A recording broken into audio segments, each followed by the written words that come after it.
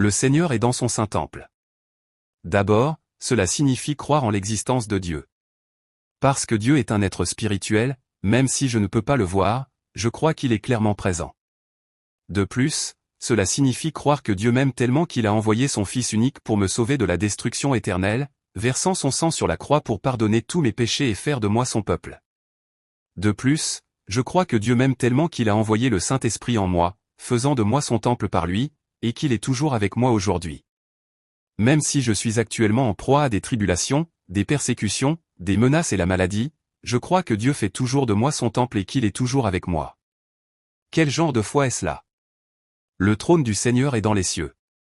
Le mot « trône » ici implique la royauté, le règne, la gouvernance et le jugement de Dieu.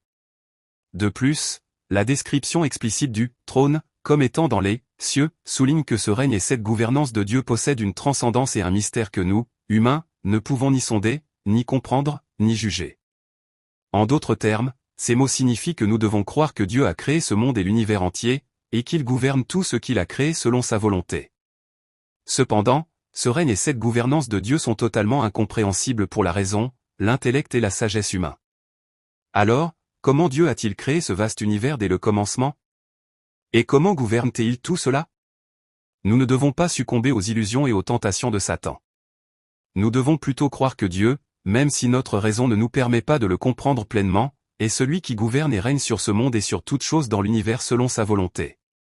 Autrement dit, nous devons croire fermement que toute notre vie, la souffrance, la persécution, les menaces et les maladies que je traverse actuellement est entre les mains de Dieu.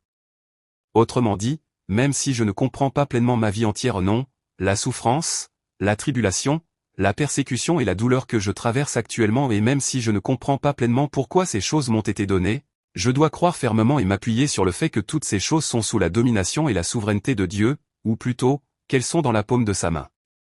De quel genre de foi s'agit-il? Si vous souhaitez en savoir plus, abonnez-vous.